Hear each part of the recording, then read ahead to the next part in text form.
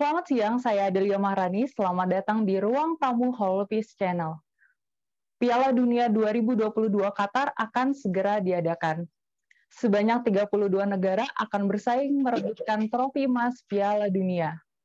Qatar dalam hal ini merupakan tuan rumah dengan satu-satunya negara atau tim yang berstatus debutan pada Piala Dunia 2022.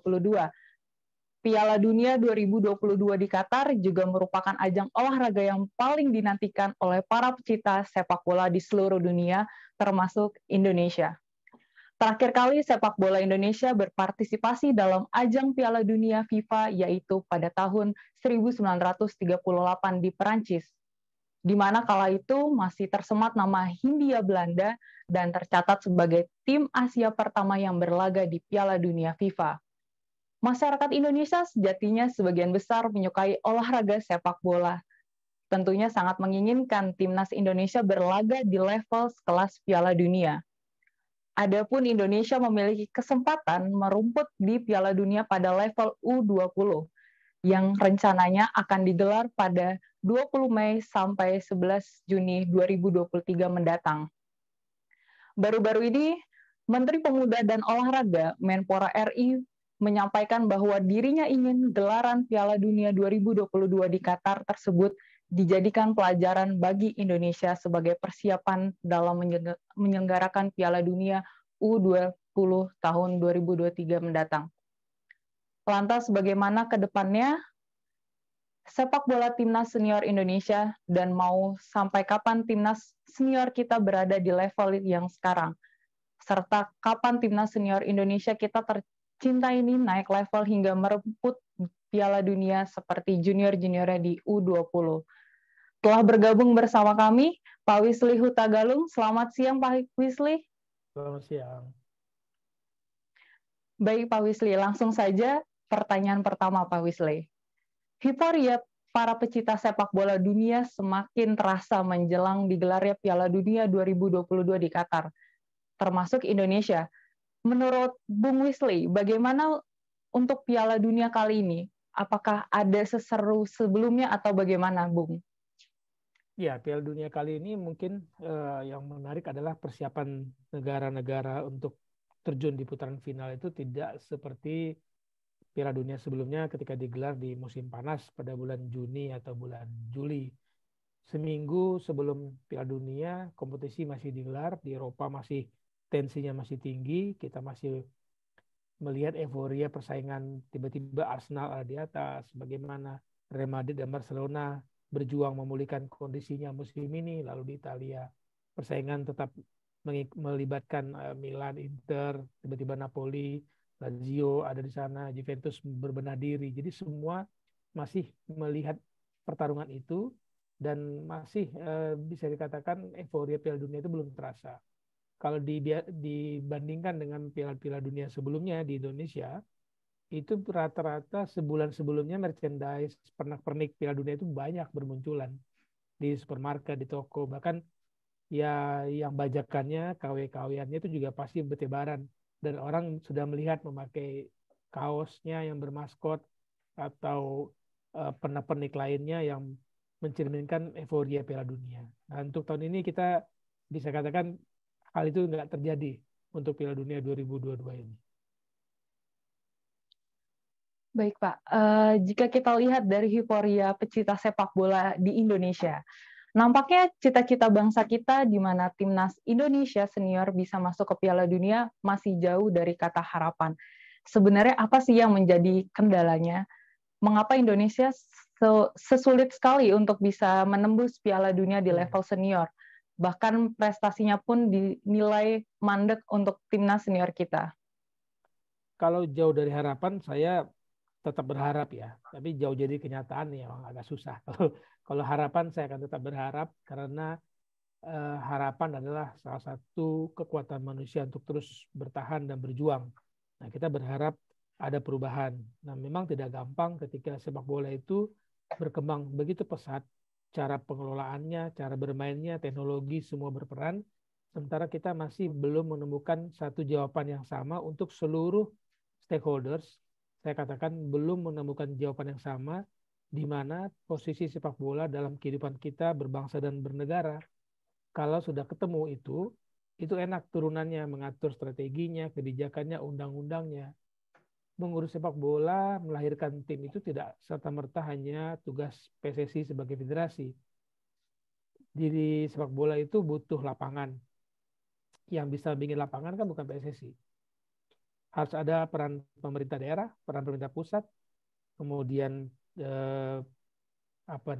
perusahaan-perusahaan, entah itu BUMN, entah itu swasta, lalu kemudian stakeholders-nya, ada lagi bagaimana peran aturan undang-undang itu diberlakukan, apakah PSSI dalam hal ini federasi punya klub, punya pemain sepak bola? Enggak. Yang punya itu adalah yang punya pemain adalah klub-klub sepak bola. Siapa yang punya klub sepak bola? Ya stakeholders dalam hal ini pihak swasta. Jadi tidak serta-merta kita bisa mengatakan mengurus sepak bola itu mudah ya. Karena kalau saya katakan mengurus sepak bola mudah, pertanyaan saya akan kembali lagi gitu. Apakah kita sudah menemukan jawaban yang sama di mana posisi sepak bola dalam kehidupan kita berbangsa dan bernegara? Mencari lapangan bola aja susah. Anak-anak kita mau main bola di mana? Lapangan bola itu mahal sekali sekarang. Nah, kemudian untuk melahirkan sebuah tim yang berkualitas itu harus ada kompetisi yang berjenjang dari tingkat usia, dan semua itu harus diikuti juga dengan kemajuan dari aspek pelatihnya. Nggak bisa lagi melatih sepak bola berdasarkan pengalaman. Sudah ilmunya itu berkembang terus, bahkan tiap tahun ilmu sepak bola itu di-upgrade di dunia internasional dan kita harus ikut. Kalau dibandingkan jumlah penduduk dengan jumlah pelatih sepak bola, kita itu mungkin bisa dibilang diketawain sama Thailand. Jumlah penduduk mereka lebih sedikit, tapi pelatih mereka jauh, kalau nggak salah hampir berapa kali lipat dari kita, jumlah pelatih yang berlisensi ya. Jadi seperti itu jawabannya. Di mana jawaban kita ketika kita tanya di mana posisi sepak bola Indonesia, baru kita bicara harapan, lalu ada proses perjuangan ke sana. Baik Pak, untuk pertanyaan ketiga nih Pak. Negara kita Indonesia mendapatkan kesempatan menjadi tuan rumah Piala Dunia, namun di level U20 pada 2023 mendatang. Dan prosesnya untuk mencapai Piala Dunia dirasa cepat untuk usia muda timnas kita. Apa sih yang membedakan dengan timnas senior kita? Ya, pertanyaan yang menarik karena ini berulang-ulang bertahun-tahun kita selalu membandingkan tingkat junior kita bisa bersaing kok dengan Asia, dengan dunia. Kenapa begitu naik level seolah-olah sepak bola kita hilang dari persaingan. Tadi saya sampaikan bahwa di mana posisi sepak bola. Nah, ketika masih usia muda, usia 12, 14, 16, gaya bermain, kebutuhan tingkat kesulitan bermain, strategi bermain itu tidak seperti pemain senior. Nah, ketika anak-anak kita, remaja kita dilatih dengan ilmu yang mungkin bisa dibilang sama dengan di luar negeri sana, kita bisa bersaing. Tapi ketika berubah naik ke 18, berubah ke 20, ke 23, tingkat permainan itu semakin tinggi. Tingkat keberagaman taktik permainan itu semakin tinggi. Nah, kalau ketika mereka remaja, ketika anak-anak tidak disiapkan, tidak dihidangkan bahwa sepak bola itu penuh dengan dinamika permainan loh, tidak hanya lari, kejar bola, bermain berkumpul gitu ya. Kalau nggak disampaikan dari awal, ketika mereka naik ke usia yang senior, anggaplah usia 20, 23 nanti senior, mereka kesulitan mengikuti permainan bola yang dibutuhkan untuk menghadapi tim-tim yang sudah kaya strategi. Saya pernah bertanya kepada anak-anak itu, mereka bikin usia-usia 16, 17 gitu, terus saya pindah ke 18, sampai pada pertanyaan, kok susah sekali main bola, terlalu banyak aturan, terlalu banyak taktik. Nah, ya itu perkembangan sepak bola. Jadi ketika sepak bola berkembang, kita nggak boleh diam dengan keyakinan kita, oh kita punya talenta yang bagus kok, anak-anak kita bisa bersaing di tingkat Asia, tingkat dunia. Iya, pada usia anak-anak. Ketika dia naik usia dewasa, itu permainannya jauh lebih jelimet, jauh lebih susah, dan kita kemudian mengatakan susah ya main bola. Nah, pada akhirnya pada kesempatan posisi bahwa kita belum mengerti bermain bola sesuai mengikuti perkembangan zaman. Oke, baik Bung. Pertanyaan selanjutnya nih, menurut Bung Wesley, bagaimana cara mempertahankan eksistensi timnas U20 sampai pada level senior nanti, sehingga pada akhirnya Indonesia bisa merasakan masuk Piala Dunia di tingkat senior? Iya, pertanyaan menarik, cuman tidak ada jawaban pasti untuk itu. Kalau saya pernah meliput Piala Dunia 1997 yang Piala Dunia Junior U20 di Malaysia. Ketika itu sejumlah bintang muncul dan menjadi pemain bintang kemudian ya. Kalau pada saat itu Thierry Henry, Michael Owen, um, David Trezeguet gitu, itu bintang-bintang yang muncul di Piala Dunia itu. Tapi bukan mereka bintang utama ketika itu. Ada namanya Martin Adailton dari Brazil. Tapi ketika dia beranjak senior, orang nggak kenal dia. Tidak ada jaminan bahwa tim muda ini akan terus langgeng bersaing di tingkat atas ketika mereka masuk ke dunia profesional. Memang ada yang berhasil lolos sebagai bintang, melanjutkan kebintangan mereka di Piala Dunia. Pablo Aimar waktu itu, Juan Roman Riquelme, tapi tidak ada jaminan. Nah, apalagi kalau tadi mengacu ke pertanyaannya bagaimana menjaga konsistensi mereka, kita tampil sebagai tuan rumah ini, sebagai tuan rumah di Piala Dunia ini tidak ada jaminan bahwa kita akan bisa berprestasi kalau mereka juga tidak terasa di kompetisi. Sudah harus ikut kompetisi. Apalagi sekarang kompetisi kita dihentikan. Ini akan PR lagi nanti bagi pelatih ketika dia hanya melakukan uji coba di luar negeri, tapi anak-anak ini harusnya berkompetisi di klub, bukan beruji coba sekali dalam berapa kali dan melawan tim-tim di luar negeri sana. Itu bagus, tapi mereka harusnya kembali ke klub dan berkompetisi. Karena marwah dari sebuah tim itu adalah kompetisi. Nah, bagaimana menjaga mereka supaya nanti sukses di Piala Dunia U20 dan berlanjut ke senior, yaitu PR lagi, saya katakan tadi, kita sudah mengerti belum bermain untuk tingkat yang lebih sulit di tingkat senior. Tactical game-nya sudah mengerti belum? Konsistensi mereka di klub dengan permainan kita seperti apa? Jangan-jangan mereka itu kan bersinar pada usia 20, kemudian mereka melanjut lagi, persaingannya susah. Mereka nggak mengerti bermain sepak bola untuk tingkat yang lebih tinggi di dunia internasional. Oke, baik Bung. Untuk pertanyaan selanjutnya, tepat pada hari Kamis kemarin, dua pemain naturalisasi baru untuk timnas U20 Indonesia, yaitu Jordi Amat dan Sandy Walsh, sah secara hukum menjadi WNI. Menurut Bung Wesley, apakah kehadiran keduanya akan memberikan pengaruh yang signifikan untuk menambah peta kekuatan timnas kita? Tidak ada jawaban yang pasti. Dia akan memberikan pengaruh, mungkin iya, tapi sejauh mana pengaruh itu berdampak kepada tim, belum tentu. Sejak 2010, Piala AFF kita menaturalisasi sejumlah pemain. Mungkin kalau pertanyaannya agak sarkas ya, apakah ada prestasi yang dipersembahkan tim nasional senior dengan ada 30-an, 40-an pemain yang kita naturalisasi? Nggak ada jaminan. Ya, kita berharap ini adalah solusi instan. Karena bagaimanapun juga harusnya mereka lahir dari kompetisi dan mengenal karakter kita. Nanti kalau mereka berkomunikasi dengan teman-teman tim nasional dengan bahasa yang berbeda, dengan kecepatan kemampuan mereka berbahasa Indonesia dan kemampuan pemain kita berbahasa Inggris misalkan, belum sama ritmenya. Sementara di dalam lapangan, mereka harus mengambil keputusan itu per sekian detik. Mengoper bola, meminta bola, menendang bola, menggiring bola, berkomunikasi membangun pertahanan, berkomunikasi membangun strategi seperti apa, perubahan gaya bermain seperti apa, itu kan komunikasi dalam hitungan detik. Apakah itu bisa dilakukan di dalam lapangan dengan banyaknya pemain naturalisasi dan bahasa yang tidak sama? Nah, itu juga jadi tantangan terbesar bagi pemain-pemain kita dalam menerima pemain naturalisasi, tantangan terbesar bagi pemain naturalisasi untuk bergabung dengan kita, karena mereka belum tentu mengenal karakter gaya bermain yang ada di tim nasional, dan tantangan terbesar bagi kebijakan naturalisasi itu sendiri. Setelah belasan tahun kita naturalisasi, kalau nggak ada hasilnya juga akan dipertanyakan kemudian, benarkah keputusan ini? Karena saya katakan sejak kita menaturalisasi, anggaplah dari zamannya Christian Gonzalez, naturalisasi. AFF 2010 kita nggak juara. Kemudian kita ikut AFF lagi, nggak ada juara juga, nggak ada jaminan juga. Kemudian ketika sejumlah pemain naturalisasi dari Belanda datang untuk Piala AFF berikutnya dan hilang kemudian tadi mana mereka, apakah kebijakan itu akan menjadi solusi terbaik. Jadi nggak ada jaminan. Kalau dia memberikan pengaruh, ya mungkin dia akan memberikan pengaruh secara individu, memberi pengaruh pada warna-warni di dalam permainan. Tapi apakah menjadi warna utama, kita tunggu saja. Oke, oke, baik Bung. Ini yang terbaru.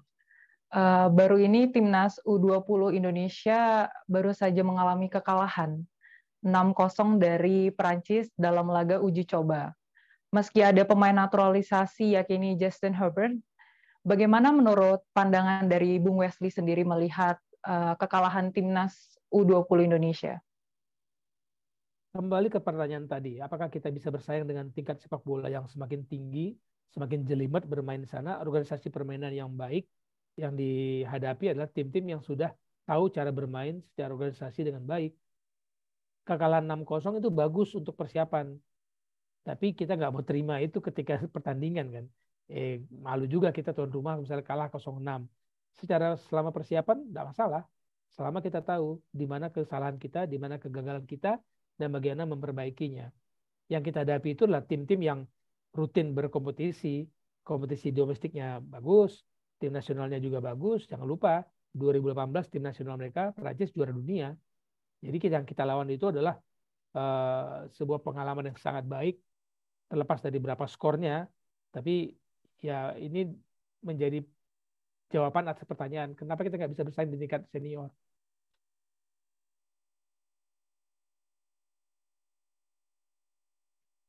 Oke, baik Bung Wisli. Ini kita kembali ke pertanyaan awal nih Bung ya, mengenai Piala Dunia 2022 di Qatar. Kira-kira Bung Wisli sebenarnya menjagokan negara mana sih Bung untuk juara di Piala Dunia Qatar? Duh, pertanyaan paling sulit ya ini. Dari tadi semua pertanyaan yang paling sulit ini. Siapa yang dijagoin ya? Saya menanti kejutan sebenarnya. Cuman sejumlah pemain banyak yang cedera. Saya takutnya peak mereka itu, peak performance pemain itu habis di kompetisi. Semoga prediksi saya salah gitu. Jadi peak mereka yang tengah di kompetisi sedang bagus-bagusnya berlanjut ke tim nasional meskipun kurang persiapan. Saat ini saya masih menjagokan tim dari Amerika Latin sih. Mungkin klise ya, tapi mengacu kepada kemampuan tim Amerika Latin beradaptasi di negara yang berbeda, termasuk di Asia, saya masih melihat Brazil ada di peringkat teratas. Oke, baik Bung. Nah tadi Bung Wisli sempat menyebut bahwa menjagokan negara dari Amerika Latin ya Bung, sempat menyebut timnas Brazil. Nah, bagaimana tanggapan dari Bung Wisli sendiri mengenai timnas Brazil, di mana tim Samba tersebut baru-baru ini dinilai sebagai tim favorit juara oleh Opta?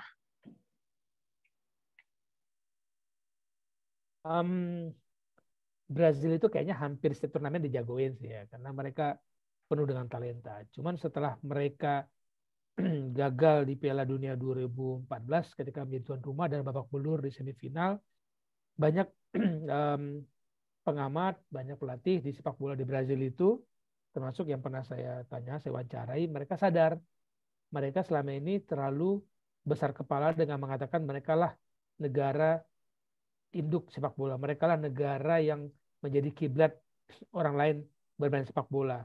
Ternyata di negara lain, termasuk di Eropa, sepak bola itu kemudian dibedah dengan sangat dalam secara teori, secara teknologi, secara banyak aspek, termasuk kebugaran pemain, termasuk fisik, makanan, semua hal, berbagai elemen yang mempengaruhi itu dibedah dan disatukan dalam sebuah yang namanya blueprint, dan itu dilakukan oleh Jerman. Jadi kalau pernah baca tahun 2004 Jerman itu kemudian babak belur di Piala Eropa, lalu mereka meeting besar, rapat besar Federasi Jerman, dan mereka membongkar kurikulum latihan sepak bola dari SSB dan dari generasi muda remaja mereka, mengatakan bahwa 2014 mereka harus menunjukkan perubahan dari 2004 ketika mereka membongkar blueprint sepak bola mereka, karena semua filosofi main sepak bola mereka diarahkan ke seluruh akademi untuk bermain gaya bola yang cocok dengan Jerman, dan 2014 mereka berhasil menjadi juara dunia dengan menunjukkan perubahan itu. Ada sebuah kemauan menyadari kesalahan mereka, menyadari kegagalan mereka, dan mereka mengubahnya. Dan itu yang saya tunggu di Brazil. Karena ketika Brazil menyadari bahwa mereka selama ini salah, selalu besar kepala mengatakan mereka adalah kiblat sepak bola dunia, dan mereka berbenah, yang bisa menggagalkan Brazil adalah kebesaran kepala mereka lagi. Oke, baik Bung Wisli. Ini menurut Bung Wisli nih, apa kabar dengan Prancis, Bung, untuk Piala Dunia 2022 kali ini? Mengingat mereka statusnya sebagai juara bertahan. Jika kita flashback ke beberapa Piala Dunia terakhir, ya, yang di Rusia, Jerman sebagai juara bertahan pun akhirnya kalah di babak penyisihan gitu. Kalau menurut Bung Wisli, bagaimana pandangannya mengenai Prancis sebagai juara bertahan?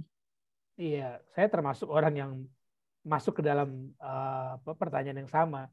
Tidak mudah untuk mempertahankan gelar juara. Dan di Prancis saya melihat